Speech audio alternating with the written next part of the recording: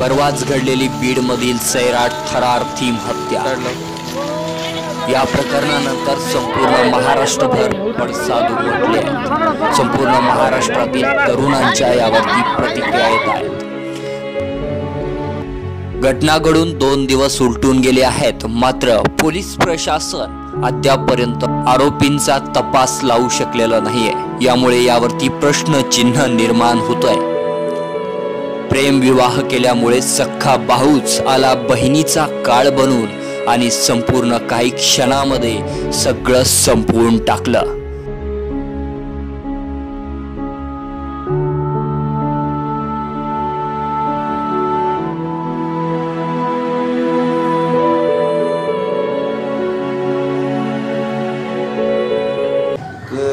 पाच ते 5:30च्या दरम्यानची घटना आहे। आदित्य इंजिनिअरिंग कॉलेजच्या बाहेर एका मुलावरती 2 लोकांनी चाकूने वार केला अशी एक माहिती आमच्यापर्यंत आली होती। त्यानंतर सदरचा जो व्यक्ती आहे त्याला सरकारी हॉस्पिटलमध्ये आणलं होतं उपचारासाठी, पण आणता सदरच्या जो व्यक्ती आहे त्याचा मृत्यू झाला आहे। प्राथमिक माहिती अशी येत आहे की जो मयत झालेला व्यक्ती त्याचं नाव सुमित वाघमारे आहे। त्याचं प्रेम संबंधातून लग्न झालं होतं 2 महिने अगोदर।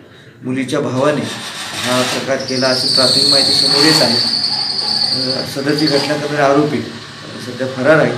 त्याच्या शोधकामी पथकं नेमलेली आहेत, 3 पथकं। शोध चालू आहे, फिर्याद देण्याचं काम चालू आहे आणि शक्य तितक्या लवकर आरोपी अटक केली जाईल। आरोपींचं नाव काय आहे, किती आरोपी आहेत काही समजले?